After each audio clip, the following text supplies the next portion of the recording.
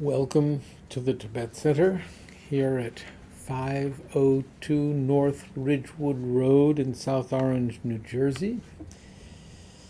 We'll begin by reciting the prayer for the spreading of the teachings throughout the length and breadth of the West, which you'll find in the FAQ section on the Tibet Center's website if you scroll down.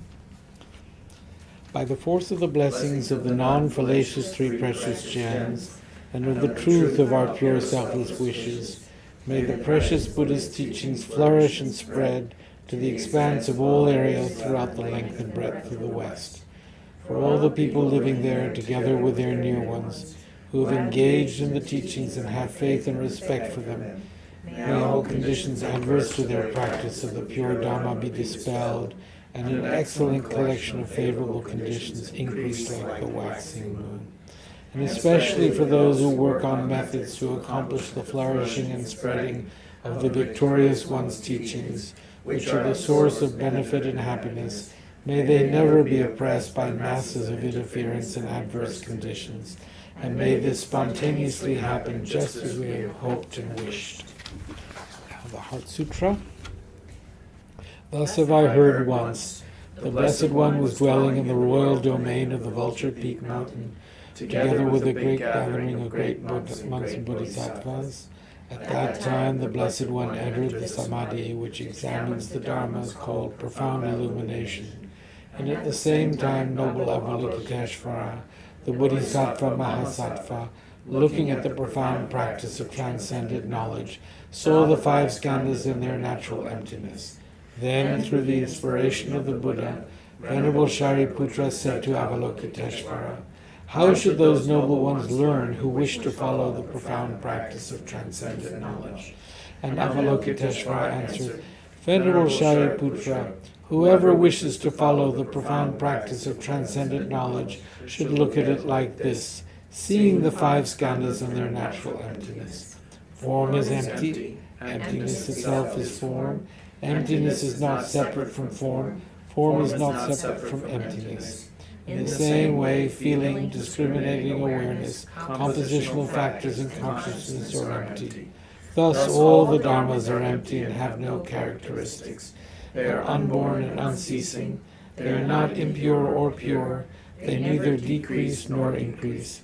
Therefore, since there is emptiness, there is no form, no feeling, no discriminating awareness, no compositional factors, no consciousness, no eye, no ear, no nose, no tongue, no body, no mind, no appearance, no sound, no smell, no taste, no sensation, no objects of mind, no quality of sight, no quality of hearing, no quality of smelling, no quality of tasting, no quality of sensing, no quality of thought, no quality of mind consciousness. There is no nidanas from ignorance to old age and death, nor their wearing out. There is no suffering, no cause of suffering, no ending of suffering, and no path, no wisdom, and no attainment, and no non-attainment. Therefore, since there is no attainment, the bodhisattvas abide by means of transcendent knowledge. And since there is no obscurity of mind, they have no fear, they transcend falsity and pass beyond the bounds of sorrow. All the Buddhas who dwell in the past, present, and future, by means of transcendent knowledge, fully and clearly awaken to unsurpassed, true, complete enlightenment. Therefore, the mantra of transcendent knowledge, the mantra of deep insight, the unsurpassed mantra, the unequaled mantra, the mantra which calms all suffering should be known as truth, for there is no deception. In transcendent knowledge, the mantra is proclaimed. Tadyata Om Gate Gate Paragate Parasamgate Bodhisvaha. O Shariputra, this is how a Bodhisattva Mahasattva should learn profound transcendent knowledge. Then the Blessed One arose from that Samadhi and praised the Bodhisattva Mahasattva Avalokiteshvara, saying, "Good, good, O son of noble family, profound transcendent knowledge should be practiced just as you have taught, and the Tathagatas will rejoice." When the Blessed One had said this, Shariputra and Avalokiteshvara, that whole gathering with the world with its gods, humans, asuras, and Gandharvas, their hearts full of joy, praise the words of the Blessed One. We generate bodhicitta. With the wish to free all beings, I shall always go for refuge to the Buddha, Dharma, and Sangha until I reach full enlightenment. Inspired by wisdom and compassion, today in the Buddha's presence, I generate the mind intent on full awakening for the benefit of all sentient beings. As long as space endures, as long as sentient beings remain, until then may I too remain to dispel the miseries of the world. With the wish to free all beings, I shall always go for refuge to the Buddha, Dharma, and Sangha until I reach full enlightenment. Inspired by wisdom and compassion, today in the Buddha's presence, I generate the mind intent on full awakening for the benefit of all sentient beings. As long as space endures, as long as sentient beings remain, until then may I too remain to dispel the miseries of the world. With the wish to free all beings, I shall always go for refuge to the Buddha, the Dharma, and Sangha until I reach full enlightenment. Inspired by wisdom and compassion, today in the Buddha's presence I generate the mind intent on full awakening for the benefit of all sentient beings. As long as space endures, as long as sentient beings remain, until then may I too remain to dispel the miseries of the world.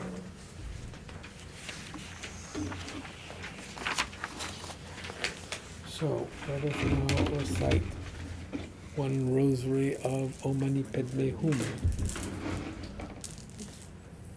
thinking of developing the wish to remove all the suffering of sentient beings. Om Mani Padme Hum, Om Mani Padme Hum, Om Mani Padme Hum.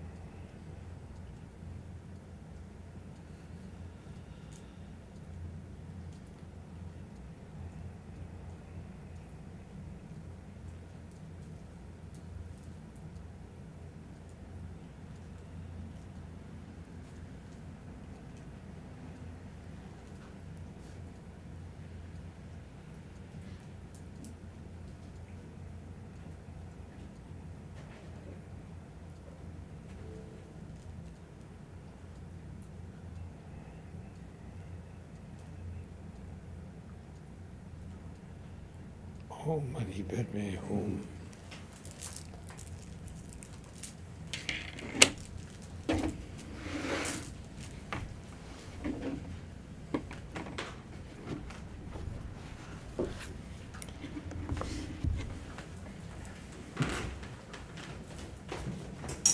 Playing musical chairs.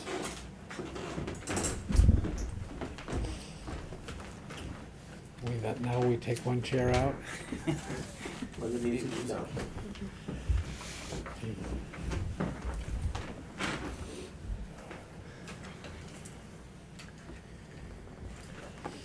So, I gather that tomorrow Little Buddha is playing at a movie theater in New York City. IFC Center. Sorry? IFC Center near Washington Square Park. IFC Center on That's the 6th old Avenue. Waverly. I think so, yeah. 6th and 3rd? Yes. Yeah. No. It's north of 3rd, isn't it? Is it 3rd? As 3rd abuts 6th Avenue, there's the Waverly. Yeah. Is this the one with Martin Scorsese No. introducing? No. No, this is Bertolucci with Oh, Trungla Bertolucci. Rinpoche. Trungla Oh, Rinpoche yes. plays the abbot of Paro Monastery Without his in voice. Bhutan. Yes. And- So and we had- 3:25, is that right? some dear 11:10. 11:10 in the morning, 11:10, 3:25, or 6:30. 11:10, 3:25. 3:25, Or or 6:30. 6:30. Bernardo Bertolucci's Little Buddha, starring Ratu Kyonglan Rinpoche. That's right.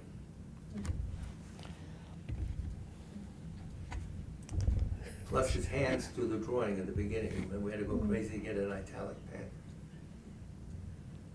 I don't remember. Yeah, that was a big thing. They wanted to start the movie with somebody writing Tibetan. That's his hands.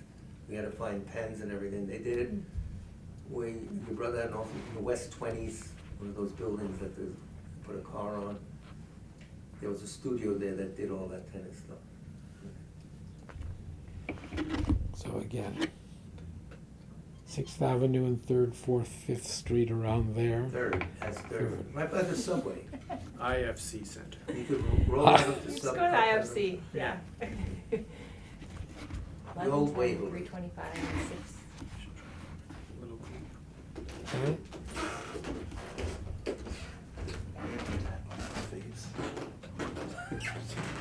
Oh, this one. So,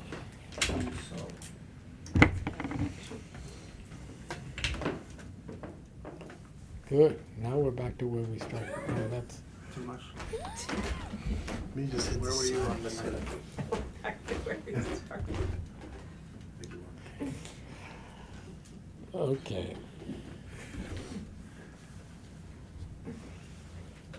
Everyone settled? Everyone's good, yep, we're settled. You got this. Maybe. Okay. This is the troublemaker's corner. No, it spreads everywhere. I Everywhere, think. yeah, doesn't discriminate. So, attentiveness, that's where we've gotten. What?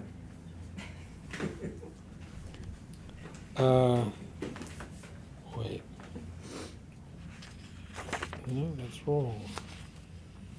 Yeah, here. Okay.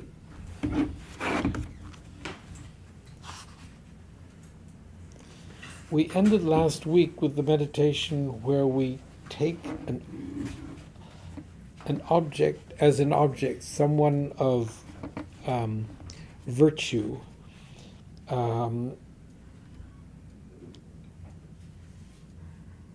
we use the qualities of this person to inspire us. And we have to think about their qualities. We think about the qualities they possess, and we consider those qualities, and we contemplate why we consider them to be virtuous. So we really, if we begin to bring our minds to the qualities that someone whom we admire possesses, we are inspiring ourselves. That process itself will begin to inspire us. So that's the first step of this. And then we think of how this person would behave within a certain situation. And we're particularly looking at the way he or she would act compassionately, caringly, selflessly. And again, by thinking of the way that person would behave, we are developing some kind of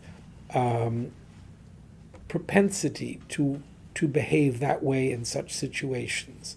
So this is something, as I said last week, we can do sitting and considering these things, as we will do now, but we can also do this as we go through our lives, as we walk along, and we can think of how so and so might behave in such a situation, and thereby help ourselves develop the instinct to behave that way in those situations.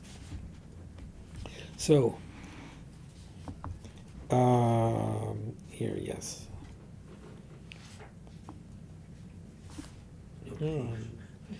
129. No, it's not. I'm sorry. 175. 75.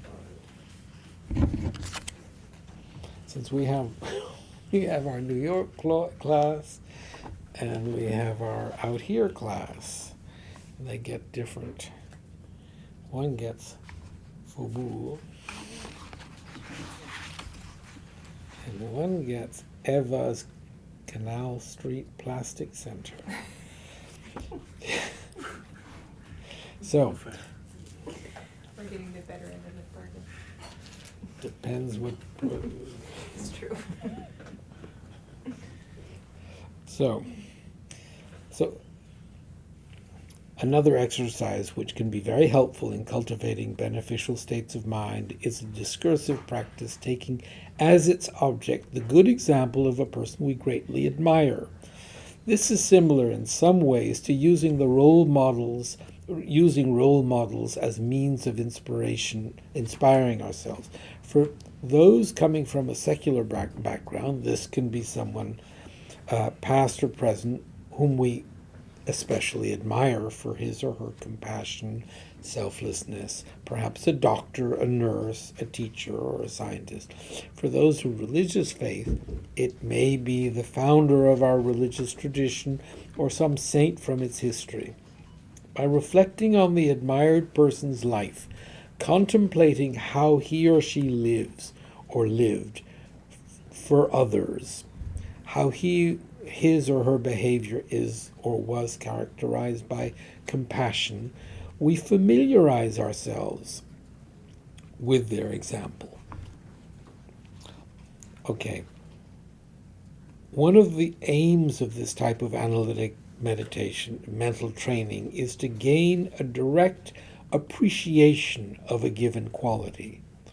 Direct in the sense that we are seeing it being acted upon by someone. In this case, we analyze what motivates people to devote themselves to others, and having identified this quality, we then focus on it and rest our minds on it as a way to unite ourselves with the quality through direct intuitive insight into the compassionate motivation that is the ultimate object of this exercise.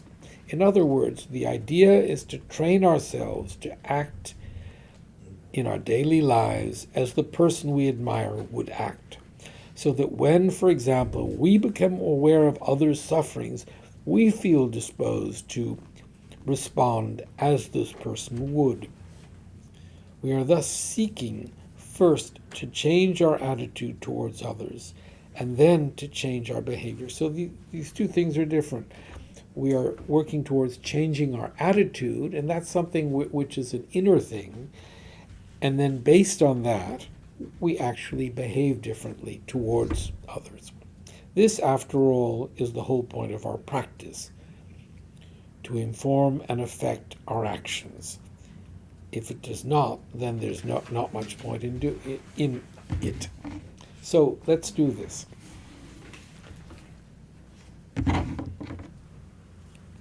So begin, sit up straight.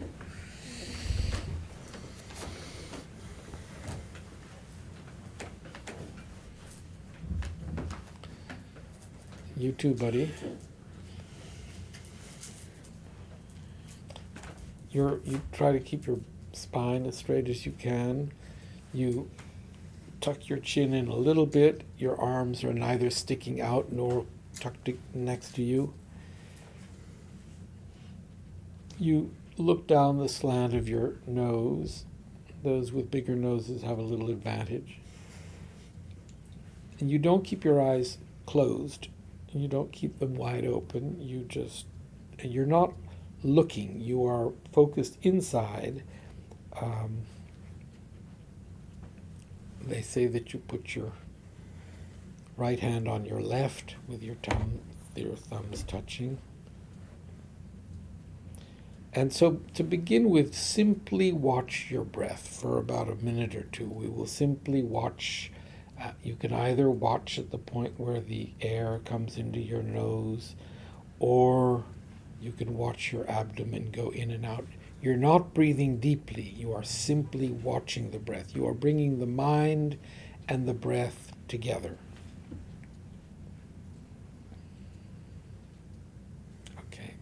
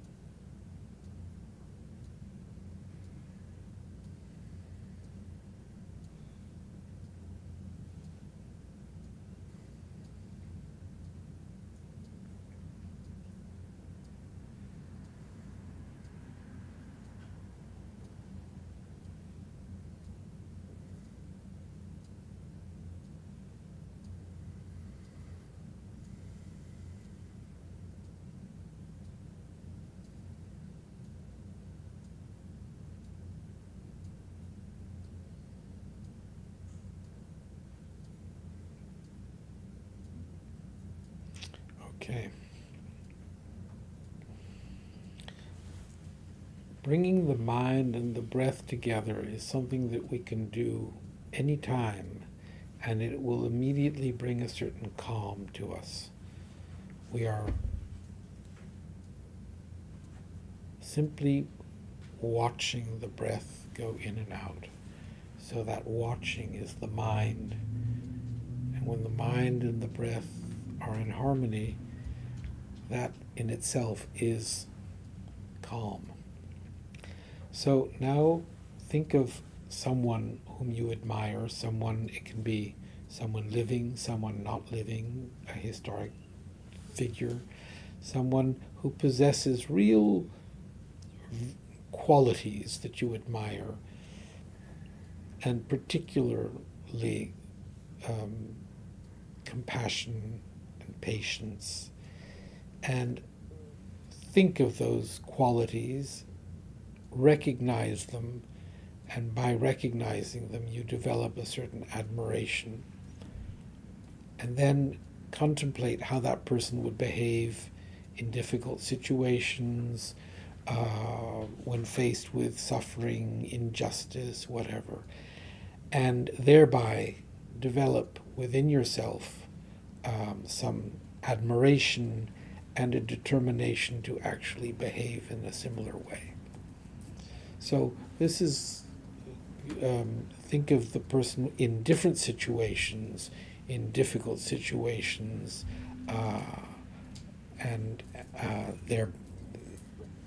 explore the way they would behave, the way historically they have behaved, and develop that wish to do the same. Okay, we'll do this for, I don't know, 4 or 5 minutes. Okay.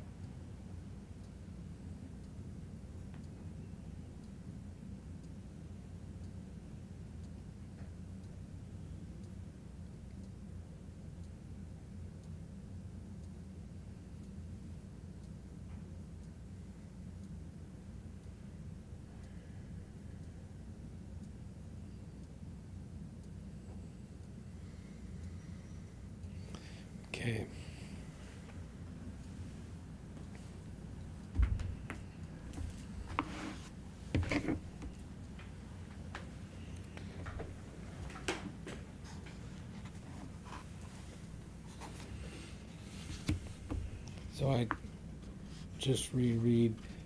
We are seeking first to change our attitude towards others and then change our behavior. This is the point of what we're engaging in. Now, we move on to dealing with afflictive attitudes and emotions. One area where discursive or analytic mental training can be highly effective is in dealing with destructive emotions and attitudes. A good place to start is by choosing an afflictive mental state that is dominant for you. So the idea here is we have different, some of us are particularly attached, some of us get angry, some of us have jealousy. So we have all of them, but we try to find the predominant negative quality we have and focus on that. All of us possess the entire range of afflictions, but individuals differ in the predominance of the specific types of afflictions. Some of us are more prone to afflictive emotions of the anger family, such as irritation, agitation, hostility, and temper. Others are more prone to envy, jealousy, intolerance of other people's success, or to afflictions of the attachment family, such as desire, craving, greed, lust. Some individuals have the opposite problem, namely that of indifference or inability to connect with others.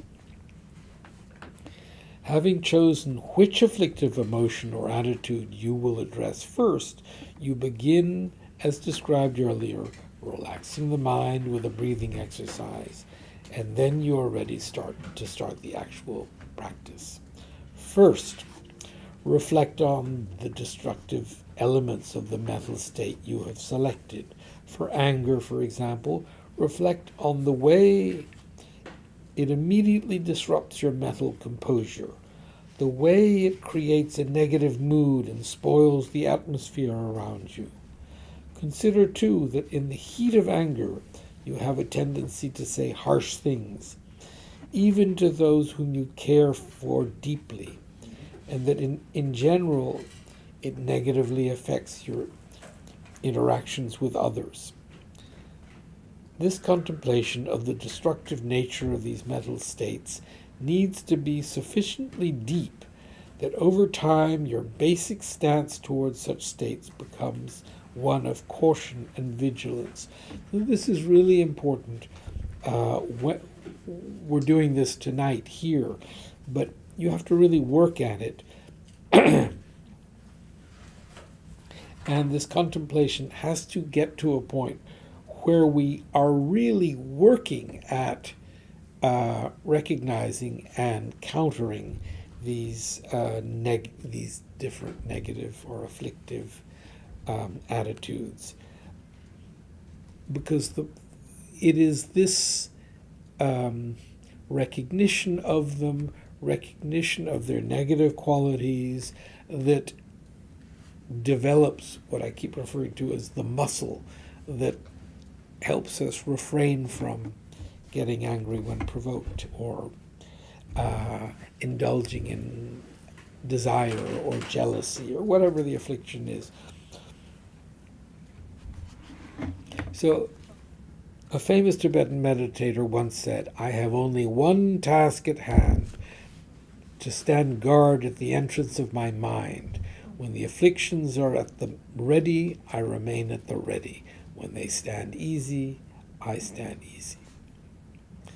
Once you are convinced of the destructive nature of these afflictions, you then move on to the state of meditation.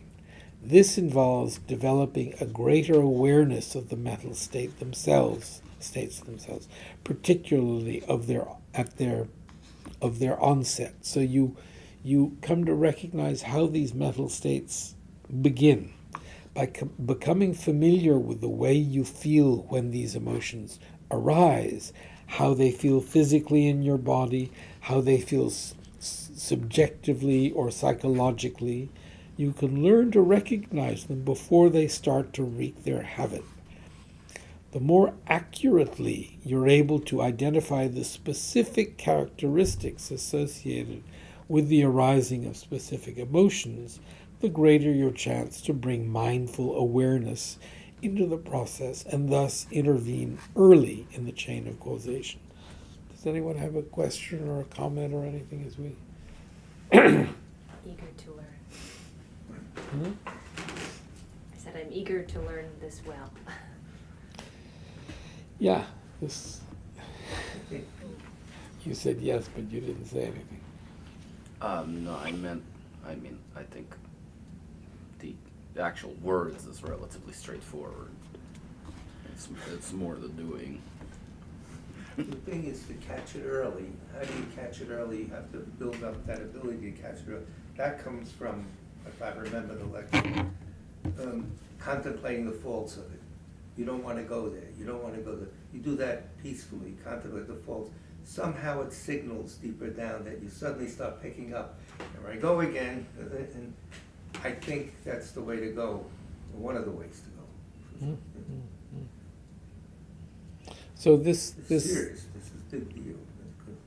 At least for people with temper like me, you know, they go off the handle, don't have judgment. You lose it. It's a big deal. I remember something I asked Chungla when he was here a long time ago to this point of like whether when doing this sort of thing it's a good idea to, like, while you're sitting there, like, bring up something that stimulates the affliction so that you can almost like practice, if that makes sense. And he said yes. Yes, and that's what here you are, by becoming familiar with the way you feel when these emotions arise, and that's what you're talking about, how they feel physically in your body, how they feel subjectively or psychologically.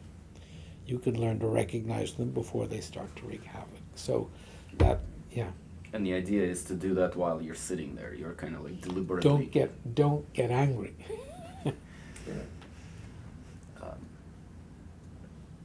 Yeah, I mean, but I mean that like you would like deliberately bring it up. And you're watching Yeah. what happens as you're not getting angry. You're feeling that sort of beginning process and what it does to you, yeah. And you're not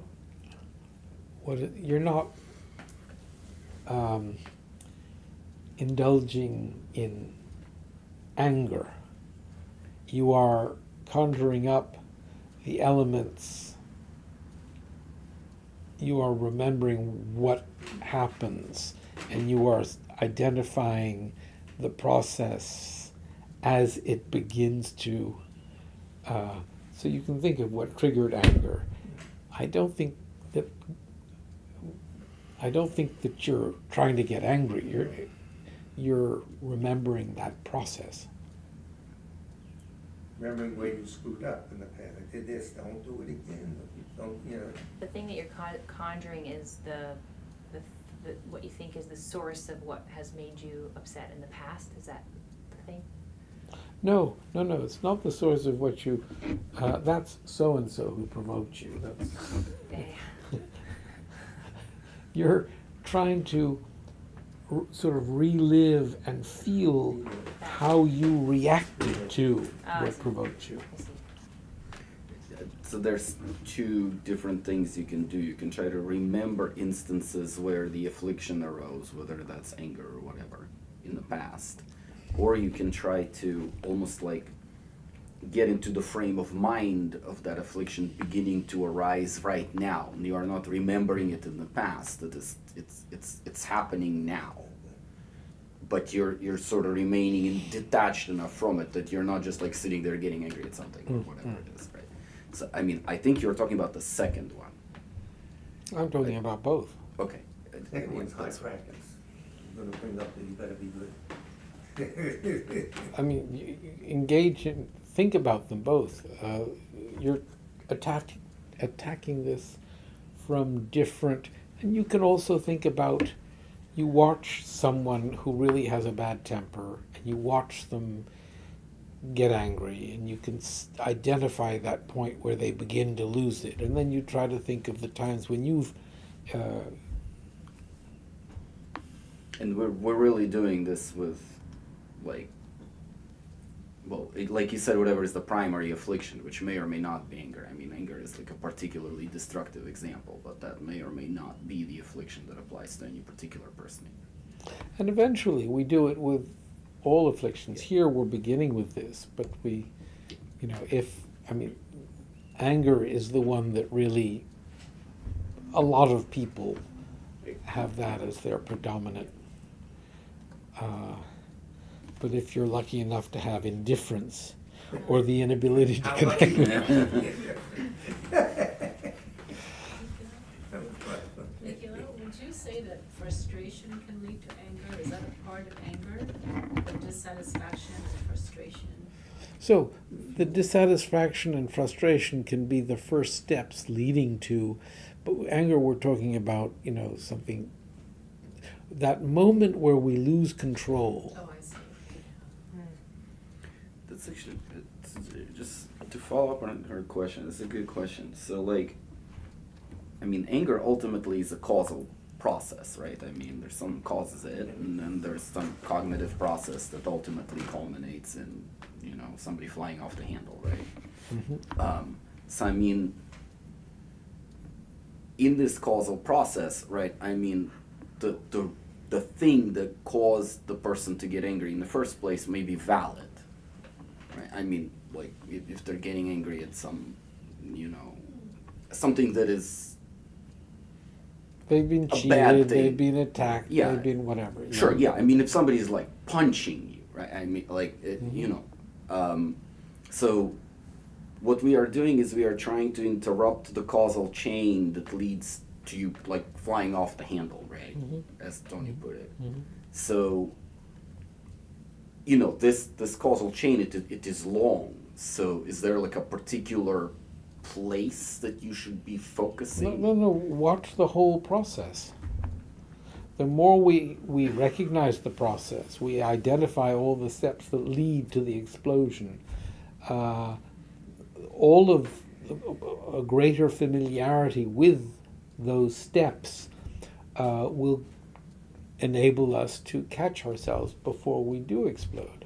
And it's going to be individual to every person doing it, right? And this is a practice that I am doing. Yeah, yep. Your wall is wider upstairs, I noticed. Pretty good, Nick. No, that's people today who were cleaning. I see. No, that's good. I thought you were making one. You said that Monday night, talked about the white, you gave the Benkunji, not Benkunji, whoever it was. Whomever, yeah. That's a big thing, you could think about that. What did Shanti David say with the dissatisfactions, the fuel of anger, right? Frustration, so it is related. And psychologists will tell you that anger is the cause of depression along the way, constantly. It makes you feel like you can't control the situation, and then you feel, that's the current, according to Mrs. Betty there, that I get a lecture on that all the time, but I hit back with Shanti.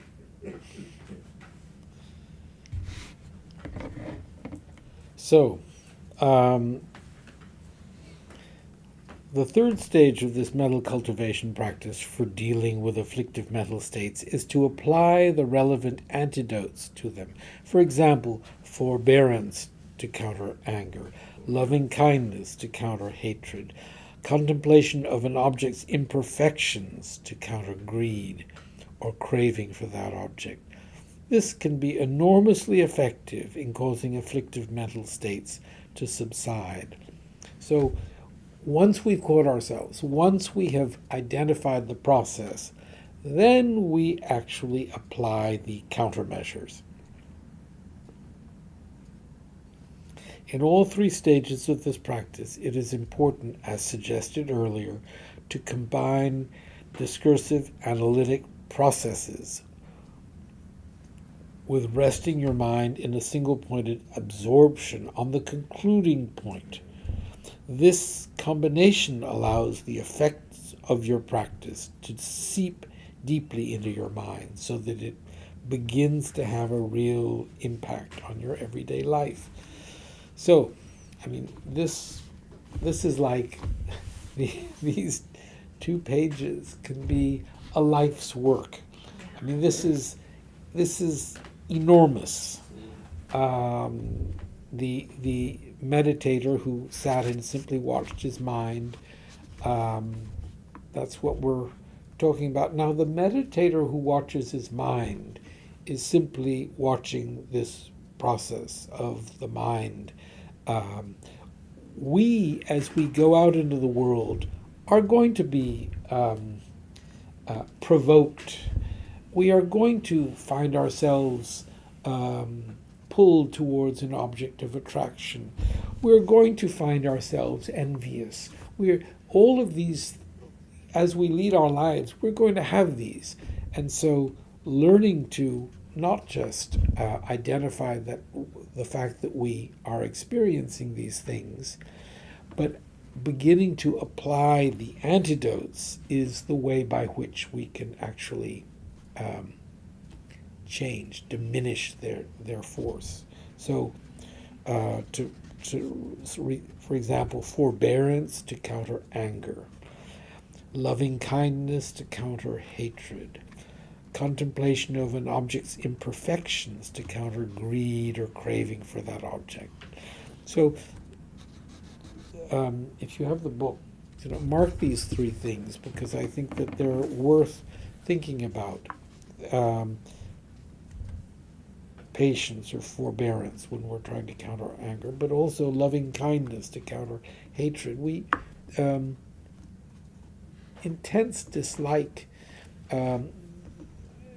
can arise towards situations, people, whatever. And then when we find ourselves particularly attracted to something, it's really helpful to look at an object's imperfections and thereby diminish and think about its impermanence and think about its I find with cameras that it's very useful to think about the fact that the camera it seems perfect now, but the old camera seemed perfect at some point, and that perfection is timely, and when the time goes, the perfection is no longer there. That really helps. I would think that a car. Cars, clothing. We initially think that's really perfect, and then we think that we had thought that way 10 years ago towards something, or 20 years ago, and it went. Went to Goodwill. It changes the dynamic of this. But I think that the Toto toilets, they remain perfect forever. There's a word for this.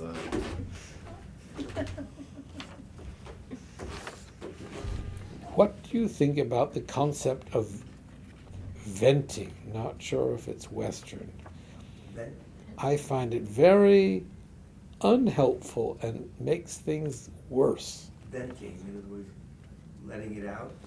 Not sure if it's Western. Venting is worldwide, I think.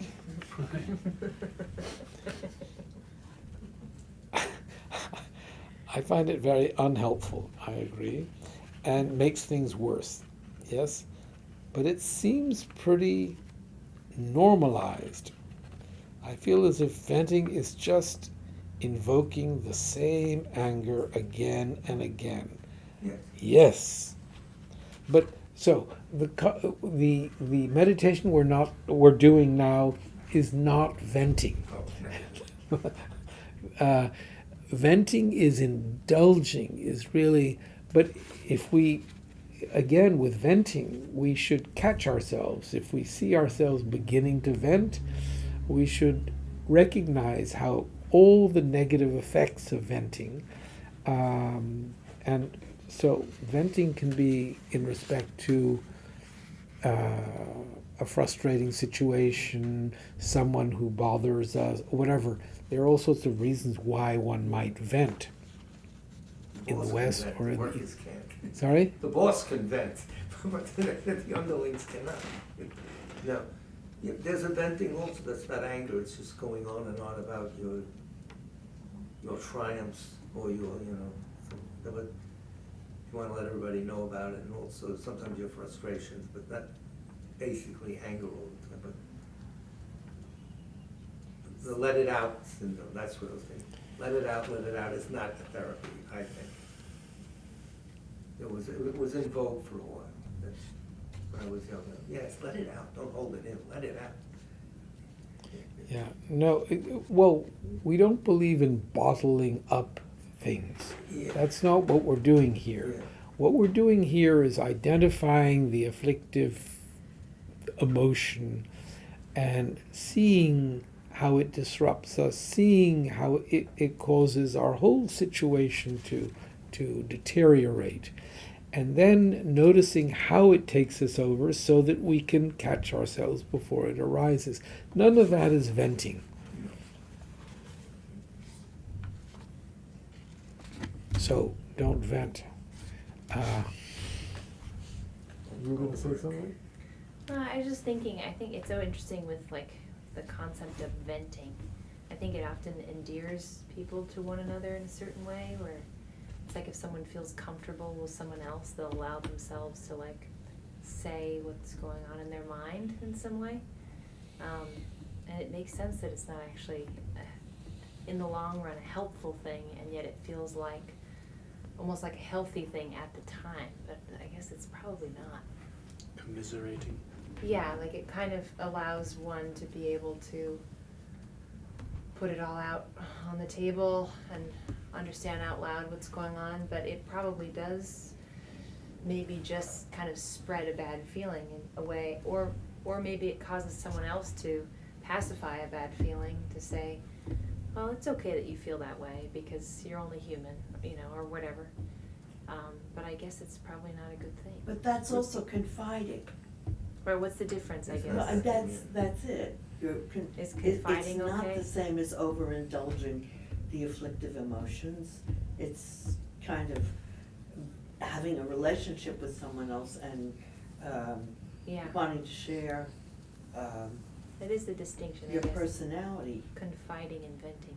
I guess, what is venting? Venting is like just saying what makes you angry. You're asking me? Yeah. What do we consider venting? Repeating something you got angry about? I think it's, sorry, Go ahead. I think it's when there's a pattern that you keep replaying, and you just keep expressing it, and then it just Yes. creates a cycle. Yes. Rather than maybe in the moment of something new, sharing it as a way of being present with it, perhaps. I think it's important that it have an emotional component, right? I mean, I think what I understood it as is like venting is you're indulging the internal emotion of being angry about something. You're not just talking about something that happened that was bad because you want to discuss it and maybe avoid it, or even just let people know that it happened. It's like you allow yourself to feel that like sense of like, this is like, I want, right? Like that emotional component, I think, is what differentiates Right. something like confiding and something and actual anger, is how I understand it. The anger is an emotion. It's So, actually, there are times when we've gone through something, and to discuss it, to come out with it, is probably a healthy thing. Yeah. Not to act on it in an angry way, but to just let it out so it doesn't remain bottled up is probably a good thing. This is like a guess. If somebody like, if something bad happened, you should probably say something about that. That's not wrong. That's I mean, you sometimes have an ethical obligation to say that something bad happened. But I don't think it's the same thing as anger, just saying it, right? But, so venting might be between just saying it and anger. It's indulging in that process Yeah, of, I know what It's you mean. emotional. yeah. Emotional. So if you can vent without emotion, it's not venting and it's probably confining. okay. If someone asks you, it's confining, right? Someone says, what's wrong? And you sit there. So we don't, we can spend a little time, we'll do this for just a few minutes. So, think of the particular afflictive quality that is predominant in your character, and then watch its negative aspects, watch the way you are taken over by it, and then think of the countermeasures to be applied when you begin to see that process arise in you. And once you have developed some kind of feeling for that, the application of the countermeasure, once you have applied it in this thought process, then simply settle your mind on that, on the effect of that. Okay.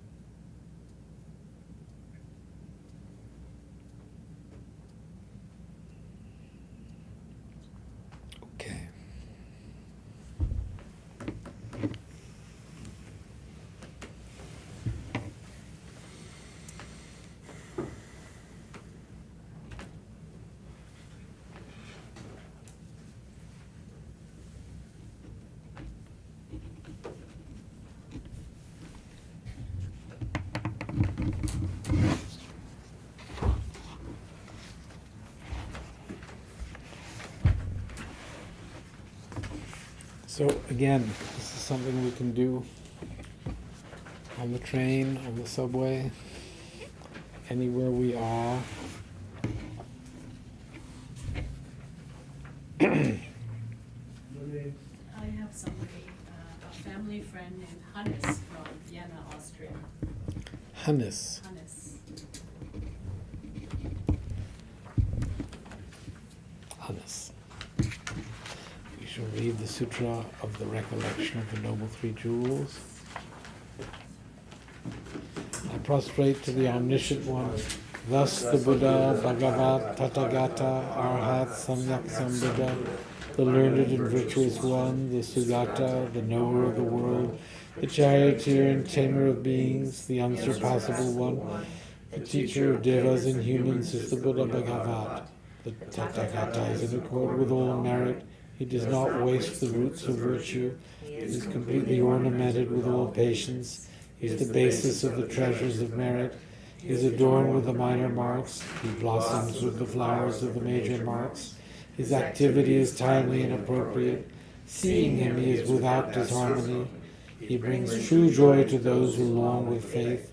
His knowledge cannot be overpowered. His strengths cannot be challenged. He is the teacher of all sentient beings. He is the father of bodhisattvas. He is the king of noble ones. He is the guide of those who journey to the city of nirvana. He possesses immeasurable wisdom. He possesses inconceivable confidence. His speech is completely pure. His melody is pleasing. One never has enough of seeing him. His form is incomparable. He's not stained by the realm of desire. He's not stained by the realm of form. He's not affected by the formless realm. He's completely liberated from suffering. He's completely and utterly liberated from the skandhas. He's not possessed with dhatus. His ayatanas are controlled. He's completely cut the knots. He's completely liberated from extreme torment. He is liberated from craving. He's crossed over the river. He is perfected in all the wisdoms. He abides in the wisdom of the Buddha Bhagavats who arise in the past, present, and future. He does not abide in nirvana. He abides in the ultimate perfection. He dwells on the moon where he sees all sentient beings. All these are the perfect virtues of the greatness of the Buddha Bhagavat. The Holy Dharma is good at the beginning, good in the middle, and good at the end. Its meaning is excellent. Its words are excellent. It is uncorrupted. It is completely perfect and completely pure. It completely purifies. The Bhagavat teaches the Dharma well.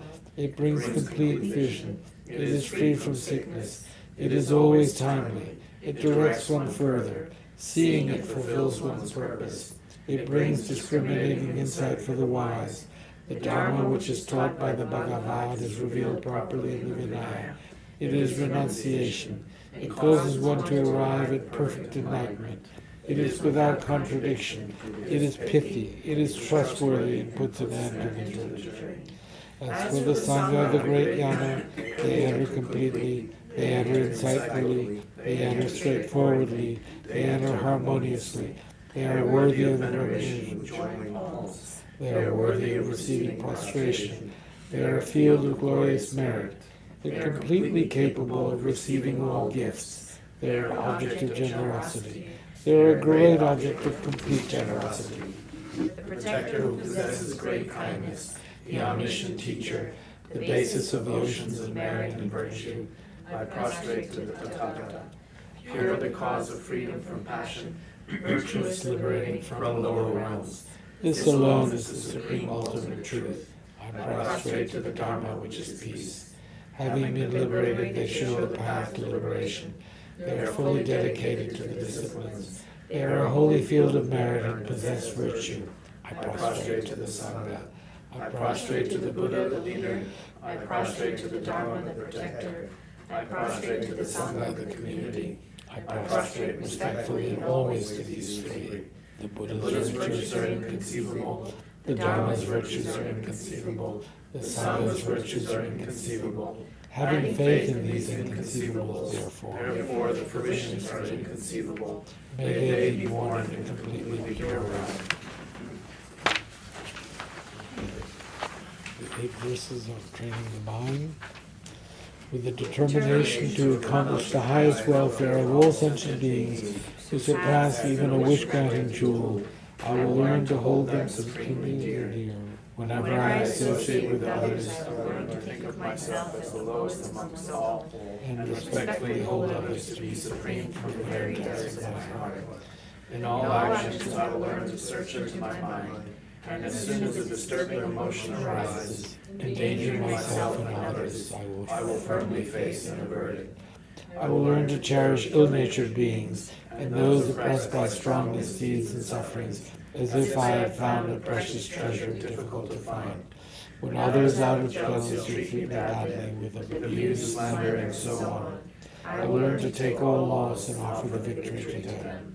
And the one whom I have benefited with great hope unreasonably hurts me very badly, I will learn to view that person as an excellent spiritual guide. In short, I will learn to offer to everyone without exception all help and happiness directly and indirectly, and respectfully take upon myself all harm and suffering of mine others. I will learn to keep all these practices undefiled by the stains of the eight worldly concerns, and by understanding all phenomena as like illusions, be released from the bondage of attachment.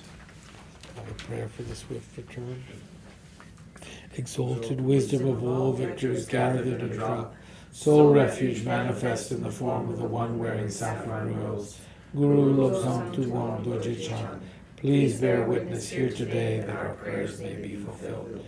We beseech the great torch of doctrine, accomplishing for long ago the vast waves of aspirational prayers, Lord of speech of the victor Losang's teachings, spreading them to the ends of the earth by means of explanation and practice. Though holding the commitment, I will invite all beings to be my guests in unsurpassed awakening. Yet you have withdrawn the activities of the world body that serve the welfare of others. Is that worthy of the supreme among beings, the Bodhisattvas? Though impossible for you till sickly existence end, to abandon your commitment to liberate all beings, we beseech the new son of Nirmanakaya to swiftly return from the realm of Dharmakaya, brought forth by Bodhicitta drawn by seven seas.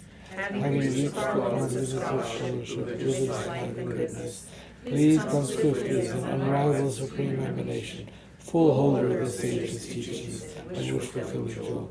Return as the glory of Losang Tenbei, magnificent truth of the three precious jewels, Mahakala, Karmayama, and Runji Devi, the ocean of Dharma protectors. May you spontaneously fulfill our wish, The swift blossoming of the reincarnation's fresh moonlight face. Thank you very much. Very good. Those 2 pages are meditation manual. There we are. There you go. We gave it all away to everybody.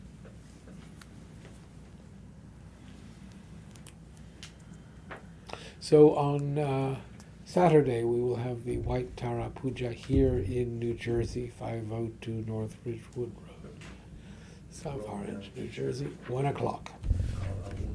And we hope that there will not be a New Jersey Transit strike. It was Monday, come out of it, 'cause